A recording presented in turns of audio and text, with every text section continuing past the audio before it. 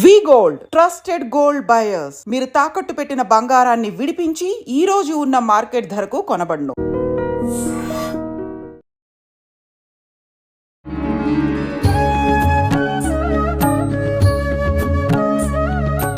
నమస్కారం, welcome to I dream media. ధర్మ మార్గం విత్ విజిత కార్యక్రమానికి స్వాగతం. ప్రస్తుతం మనతో పాటు ఉన్నారు ప్రముఖ జ్యోతిష వాస్తు పండితులు బ్రహ్మశ్రీ అన్నవరపు తిరుపతి మూర్తి అవధాని గారు. ఇప్పుడు గురుగారితో మాట్లాడదాం. నమస్కారం గురుగారు. ఓం శ్రీ మహాగణాధిపతయే నమః. గురుగారు, హనుమంతుని విషయానికి వచ్చేసరికి హనుమత్ జయంతి మనము సంవత్సరంలో 2 సార్లు జరుపుకుంటూ ఉంటాము. అది కూడా ఎక్కువ తేడా లేకుండా 1-2 నెలల వ్యత్యాసంతో 2 సార్లు జరుపుకుంటూ ఉంటాము. హనుమత్ జయంతి విషయానికి వచ్చేసరికి శ్రీరామనవమి విషయానికి వచ్చేసరికి మామూలుగా ఉండదు, చాలా ఆడంబరంగా చేస్తారు. మళ్ళీ ఏంటండి 2 సార్లు హనుమత్ జయంతి ఎందుకు జరుపుకుంటూ ఉంటాము? ఇప్పుడు రాబోయేది అసలైన జయంతినా, ఆల్రెడీ మనకు అయిపోయింది అది అసలైన హనుమత్ జయంతినా? మనకు హనుమత్ జయంతి అనేటువంటిది రేపు 22వ తారీఖు వచ్చేటువంటిది హనుమత్ జయంతి. మే 22 అంటే వైశాఖ 22 వైశాఖ మాసంలో వచ్చేటువంటిది హనుమత్ జయంతి. తెలంగాణలో మాత్రమే 2 సార్లు చేస్తారండి. ఓన్లీ తెలంగాణ మాత్రమే? మీరు ఆంధ్రప్రదేశ్లో పేరండి ఎక్కడ అసలు లెక్క ఉండదు అది మాకు. ఓకే. హనుమత్ జయంతి ఎప్పుడైతే ఆ ఒక నక్షత్రంతో ఏర్పడుతుందో అది ఏ నక్షత్రం? పూర్వభద్ర. ఓకే. ఏ నక్షత్రంతో అయితే కనుక ఏర్పడుతుందో అది హనుమత్ జయంతి. మనం అనుకున్నప్పుడు హనుమత్ జయంతి కాదు కదండి. అవును. కొంతమంది దాన్ని మహావీర జయంతి అని కూడా రకరకాలుగా చేస్తూ ఉంటారు. కానీ కిందసారి నేను చూశాను, కొండగట్టులో కూడా చాలా అద్భుతంగా చేసుకుంటూ వచ్చారు. చేయటం తప్పు అని నేను అన్ను. హనుమంతుడికి విజయోత్సవంగా చేసుకోండి, జయంతి అని చేయటం దేనికి అంటే? అది విజయోత్సవం అని చేసుకోండి, అది మీరు ఎట్లయినా చేసుకోవచ్చు కాక. హనుమత్ జయంతి అని ఇప్పుడు ఎలా ఉందంటే, మనకు సంతానం కలుగుతారు కదమ్మా, వైశాఖ బహుళ పంచమి అది 18వ తారీఖు వచ్చింది అనుకుందాం. మనం ప్రతి సంవత్సరం వైశాఖ బహుళ పంచమి నాడు పుట్టినరోజు 18వ తారీఖు చేస్తున్నాం. నక్షత్రం ఉండదుగా, ఎందుకు చేస్తున్నాం? ఎవరి కోసం చేస్తున్నాం? ఉపయోగం లేదు. అంటే మంది కోసం. ఆ పుట్టినరోజుకి నలుగురినే పిలుద్దాము, ఫలానా తారీఖు ఫలానా డేటు నా కొడుకు పుట్టినరోజు, ఆ డేట్ రోజు నేను చేస్తున్నాను అని చెప్తాం. అంతేగాని ఫలానా నక్షత్రం వచ్చేయటం ఏంటి, ఎవరు చేయరు కదా అని రకరకాలుగా అనుకుంటారు. అదే వింతగా ఉంటుంది. కాబట్టి ఆ ఫీలింగ్ మనకు రావద్దు, అందరం మనల్ని అనుకోవద్దు. అందరినీ గొప్పగా పిలవాలంటే ఫలానా డేటు నా కొడుకు పుట్టినరోజు అని మనం పిలుస్తూ ఉంటాం. అలా అయిపోయింది ఇది కూడా. ఒరిజినల్గా వైశాఖ మాసంలో వచ్చేటువంటిది హనుమత్ జయంతి. నాకు తెలిసి ఈ 38-39 సంవత్సరాలుగా అప్పుడే వస్తుంది, మారట. ఇప్పుడు ఈ హనుమత్ జయంతి రోజు నాడు హనుమాన్ చాలీసా, ప్రతి ఒక్కరిని హనుమాన్ చాలీసా పారాయణ చేయమని నేనైతే వివరిస్తా. ఎందువల్లనంటే అమ్మా, 10 రోజుల క్రితం మన భారత పాకిస్తాన్ యుద్ధం గురించి ఒక మాట చెబుతూ, 2 స్త్రీలు, అప్పట్లో ఝాన్సీ లక్ష్మీబాయి, రాణి రుద్రమదేవి లాగా వీరిద్దరూ నిలబడి మొత్తం సమగ్రంగా కాపాడుకుంటూ వచ్చారు. వాళ్ళ శక్తిని మొత్తం ధారపోస్తున్నారు. శక్తి ఇంకా కావాలి అని అంటే హనుమాన్ చాలీసా పారాయణ చెయ్యండి అని పిలుపునిచ్చానమ్మా. ఒక్క పిలుపుకి 2 రోజుల్లో 28.5 లక్షల సార్లు హనుమాన్ చాలీసా పారాయణ చేశారు. అదే 48 గంటల్లో యుద్ధ విరామం ప్రకటించారు. అంతకన్నా కావాల్సింది ఉందమ్మా. ఎవరు చేశారు హనుమాన్ చాలీసా? భక్తులు. ఓకే. 28.5 చేసినట్టుగా ఉందా? అయ్యో, చాలా మంది మెసేజ్లు పెట్టారండి. మేము గ్రూప్గా పోయామండి, మేము ఇంత చేసాం, ఉదయం నుంచి సాయంత్రం వరకు మేము ఇదే పని. ఆశ్చర్యపోయి అవన్నీ మెసేజ్ వచ్చి చదువుకున్నాం. మంచిదే కదా. ఏంటంటే ప్రతి మనిషిలోనూ భక్తి ఉంది, దాన్ని ఏ రకంగా ప్రొజెక్ట్ చేయాలో తెలియట్లా. ఆ ఒకే ఒక్క పిలుపుకి 28.5 లక్షల సార్లు పారాయణ జరిగిందమ్మా. అంతకన్నా కావాల్సింది ఏముంది? అంటే ఎంతమంది, ఎన్ని గాత్రాలు కలిస్తే అయిందో భగవంతుడికి తెలియాలి. మరి దాని ప్రభావం 24-48 గంటలలో యుద్ధ విరామం చూసాం మనం. కిందటి శనివారమే మేము కాళేశ్వరంలో ఉన్నాం. మా పూర్తి విధానం పూర్తి చేసుకోవడం కోసం వెళ్ళాం. అదే రోజు సాయంత్రం యుద్ధ విరామం ఇదే సమయంలో వచ్చిందని చెప్పి విన్నాం. ఎంత ఆనందపడ్డామోనండి. భాగ్యనగరానికి కూడా చాలా ఇబ్బందులు ఉన్నాయి అనుకున్నాం, అన్నీ పోయి నుంచి ఆనందపడ్డాం.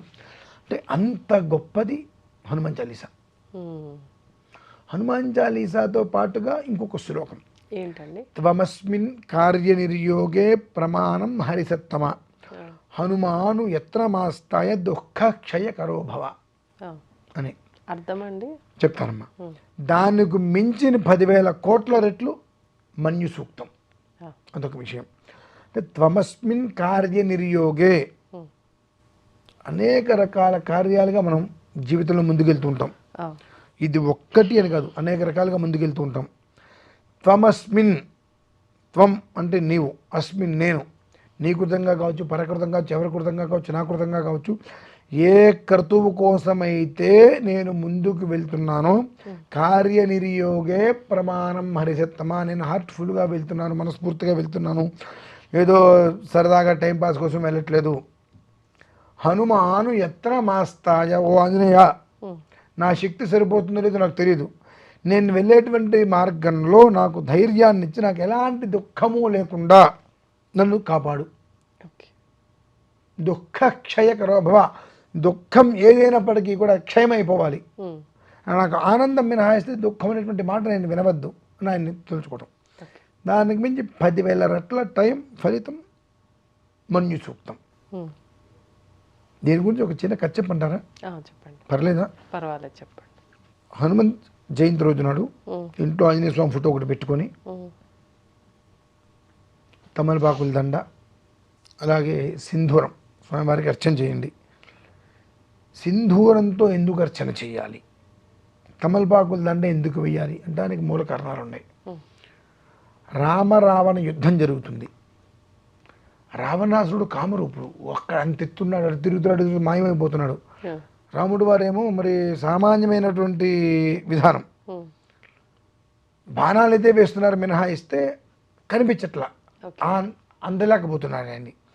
అప్పుడు ఆంజనేయ స్వామి వారు భవ్యోచన చేసి రాముడు వారిని లక్ష్మణుని భుజాల మీద కూర్చోబెట్టుకొని ఆకాశమంతగా తన కాయాన్ని పెంచి ఆకాశ మార్గంలో యుద్ధం చేయడం మొదలుపెట్టారు. ఆ యుద్ధం చేస్తుంటే కింద ఉన్నటువంటి రాక్షసులందరూ కూడా అత్యంత ప్రమాదభరితంగా వేసిన బాణాలు, కత్తులు అవన్నీ కూడా తగిలి ఆంజనేయ స్వామి వారి పైన ముఖం నుంచి కింద వరకు కూడా రక్తం చింది గాయపడి ఎర్రగా అయిపోయాడు ఆయన. అంత రక్తం చింది గాయపడుతుండే. అయినా సరే రాముడు అవన్నీ పట్టించుకోకుండా రాముడు వారితో యుద్ధం చేయిస్తూనే ఉన్నాడు. సూర్యాస్తం అయ్యే సమయంలో ఆ గోధూలిక సమయం వస్తుంది సాయంత్రం, ఆ సూర్యుడు దిగే సమయం ఉన్నప్పుడు ఆ సింధూర వర్ణం ఏదైతే ఉంటుందో అది ఆంజనేయ స్వామి వారి మీద పూర్తిగా పడటం వలన ఈ ముఖం నుంచి కింద వరకు కూడా ఒక అద్భుతమైనటువంటి సింధూరపు రంగులో మారిపోయేటప్పటికి దేదీప్యమానంగా ప్రకాశించే ఆంజనేయ స్వామి వారిని చూసి రాక్షసులందరూ కూడా అక్కడి నుంచి పారిపోయారు. దాంతో ఆనందపడ్డాడు ఆయన. అంటే వాళ్ళిద్దరిని నేను ఇక్కడ ఎక్కించుకొని యుద్ధం చేస్తుంటే ఏదో ఒక రకంగా రామలక్ష్మణుల వాళ్ళని నన్ను హింసిస్తున్నారు కాదు, రాముడిని లక్ష్మణుని కింద నుంచి ఎంతోమంది హింసిస్తున్నారు. ఆ డబ్బల్ని నాకు తగిలినవి, నాకు ఎక్కడ ఇంత నొప్పి కూడా తగలలేదు, కానీ రక్తం మాత్రం కూడా సింధూరం రంగులో భయానకంగా కనిపించబట్టి రాక్షసులందరూ పారిపోయారు ఆహా అని చెప్పి ఆనందపడతాడు ఆయన. కాబట్టి సింధూరం అంటే ఆయనకి చాలా ప్రీతి. సింధూరంతో అర్చించారు ఆ రంగు కనుక. అలాగే సీతా అమ్మవారి అన్వేషణ కోసం వెళ్తారుగా, అవును.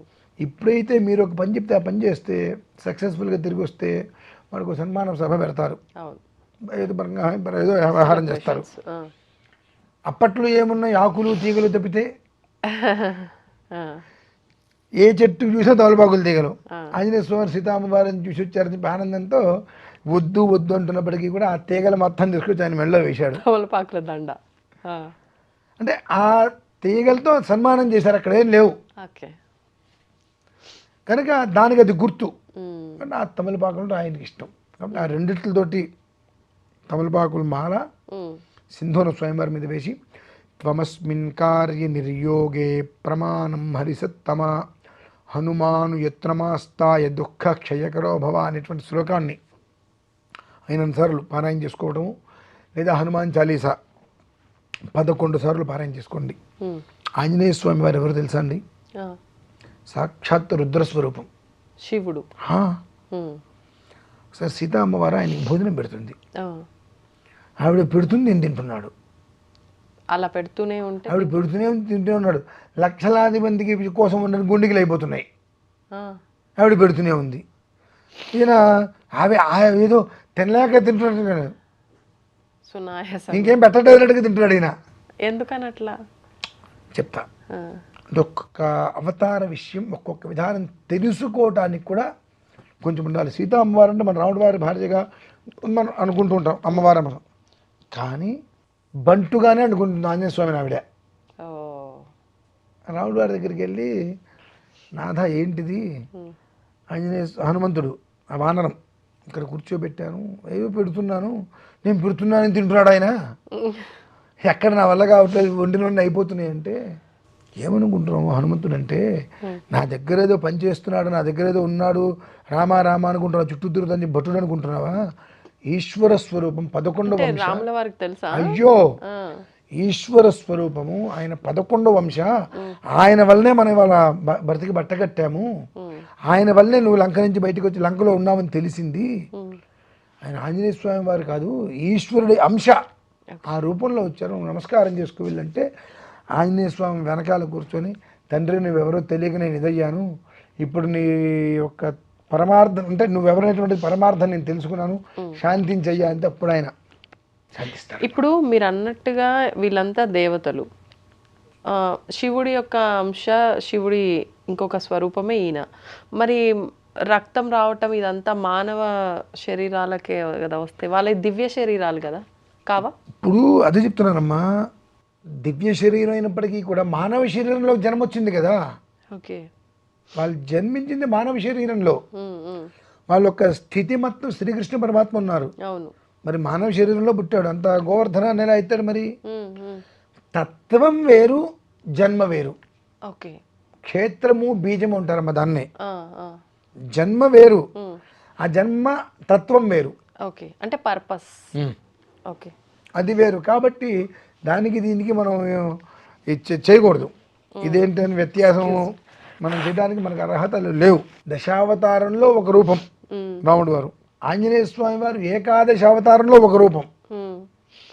కాకపోతే వాళ్ళంటే శరీరంలో ఉద్భవించారు, ఆ తత్వం ఎక్కడికి పోలేదుగా.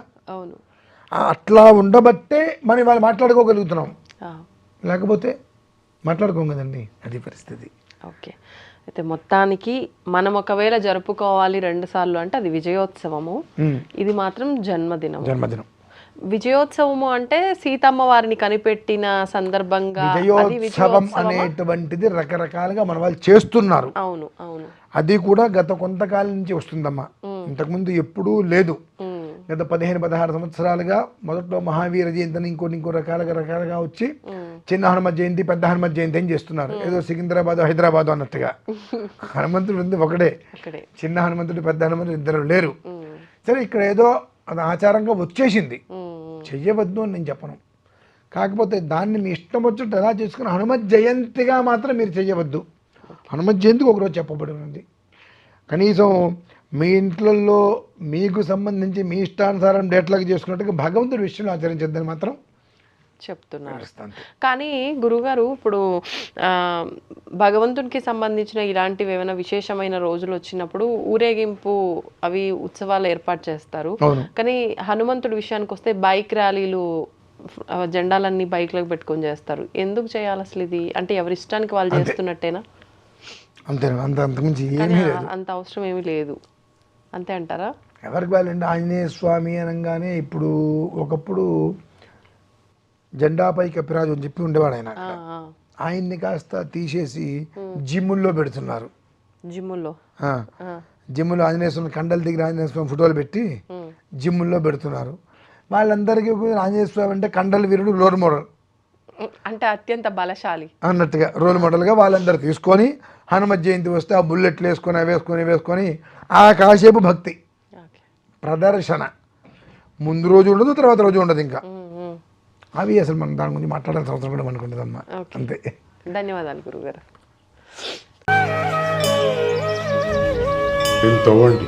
తవ్వుతూనే శివలింగం సరే, దాన్ని అట్లా కప్పేసేయండి, చూపించదండి. కృష్ణ ఇస్ దేర్, మూర్తి పూజ కాదు, సాక్షాత్ బ్రజేంద్ర నందన భగవాన్ ఉన్నారు మూర్తులు. ఏమీ ఆశించకుండా ఆరాధించే వాళ్ళు కూడా ఉన్నారా ప్రభుజీ? నిజమైన భక్తి అంటే మనకు తెలియదు కాబట్టి